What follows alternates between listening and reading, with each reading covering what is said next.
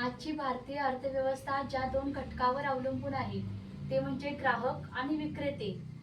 ग्राहकांच्यासाठी कायदे करून त्यांना संरक्षण देण्याचं काम आपल्या भारतीय अर्थव्यवस्थेने केलेलं आहे.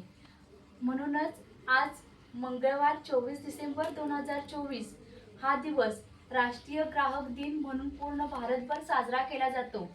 या राष्ट्रीय ग्राहक दिनाच्या निमित्ताने मी सहाय्यक प्राध्यापक Rupali Sunil Patil, N D. Chougule group of institutions Asurle Porle यांच्या वतीने आपणा सर्व तमाम भारतीय ग्राहकांना व विक्रेत्यांना आजच्या या दिनाच्या खूप खूप शुभेच्छा देते. 1986 पासून 24 डिसेंबर हा दिवस राष्ट्रीय ग्राहक दिन म्हणून साजरा करण्यात येऊ लागला. या ग्राहक संरक्षण कायद्याने ग्राहकांना दिलेले अधिकार असतील किंवा हक्क असतील, यामध्ये तक्रार नोंदवण्याचा अधिकार, आपले म्हणणे मांडण्याचा अधिकार, माहितीचा अधिकार, अशा प्रकारचे 6 ते 7 हक्क आपल्या ग्राहकांना दिलेले आहेत. पूर्वीच्या काळी शिक्षणापासून वंचित असणारा समाज होता. त्यामुळे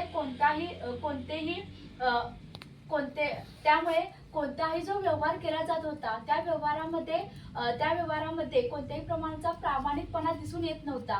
अशामध्ये त्या काळातील असलेली समाज व्यवस्था असेल, त्या समाज व्यवस्थेमध्ये असणारे जो वर्ग होता, व्यापारी वर्ग होता, यांच्या हातून नकळतपणे सर्वसामान्यांची फसवणूक होत होती.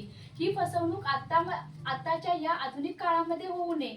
आताचा जो समाज आहे तो शिक्षणाने पुढे गेलेला आहे आणि त्याच प्रकारे जे ग्राहक आहेत आणि विक्रेते आहेत यांच्यामधला जो संबंध आहे तो चांगल्या प्रकारचा राहावा, यासाठी ग्राहकांना कोणत्याही प्रकारची जर माहिती मिळवायची असेल तर 1811 400 या टोल फ्री नंबरवर आपण कोणताही ग्राहक या नंबरवर आपली तक्रार नोंदवू शकतो. कोणत्याही व्यापाऱ्याच्या विरोधात असेल किंवा त्यांची फसवणूक होते असे त्यांना वाटत असेल तर त्या टोल फ्री नंबरवर ते तक्रार नोंदवू शकतात. त्याचप्रमाणे हा जो कायदा आहे, हा कायदा प्रत्येक नागरिकाला आपल्या भारतीय संविधानाने दिलेला आहे. ग्राहकांना असणारे संरक्षित कायदे, हक्क हे समजून घेण्यासाठी आणि याबद्दलची जागरूकता सर्व समाजात होण्यासाठी आजचा हा राष्ट्रीय ग्राहक दिन साजरा केला जातो.